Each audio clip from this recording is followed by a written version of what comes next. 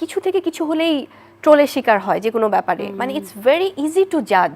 আপু এগুলো অনেক বেশি হয়ে গেছে যে সবার সামনে চলে আসে। সো এই দায়টা তো আসলে আমাদের শিল্পীদের শুধু না, আমাদের যে এই ল্যাকিংসগুলো এগুলোর জন্য তো আমার মনে হয় যে যারা অভিজ্ঞ আছেন তাদেরও তো একটু বসা উচিত।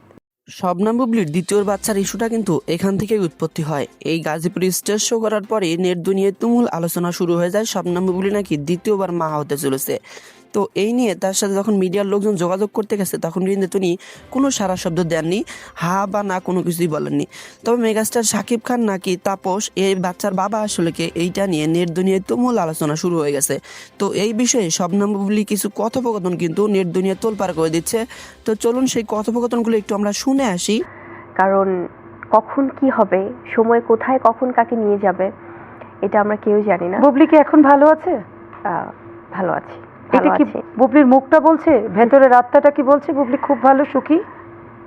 ভালো থাকতে হবে আসলে। কেন ভালো থাকতে বীরের হবে জন্য নাকি নিজের জন্য? আমার মনে হয় যে আমার সন্তান শেহজাদ খান বীর, শেহজাদের জন্য আমাকে ভালো থাকতে হবে, আমার জন্য ভালো থাকতে হবে।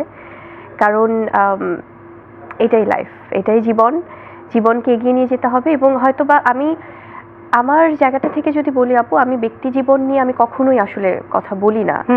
2016 থেকে 2022 একদম শেষ পর্যন্ত যদি সবাই খেয়াল করে, কিন্তু কিছু পরিস্থিতি আমাকে হয়তো এমন জায়গায় নিয়ে এসেছে যেটার জন্য বেশ কয়েকটা প্রোগ্রামে হয়তো বলতে হয়েছে তাদের জিজ্ঞাসা থেকে, যে তারা কিছু বিষয় যখন দেখেছে বা অনেকভাবে তারা ফেস করেছে তখন হয়তো বা আমাকে জিজ্ঞেস করেছে, এই জন্য আমার বলতে হয়েছে। বাট আমি সবসময় চাই কাজটাই ফোকাস থাকুক। তবে এই মুহূর্তে আমার মনে হয় যে এখন বর্তমান অবস্থা যদি বলি, যে ডেফিনেটলি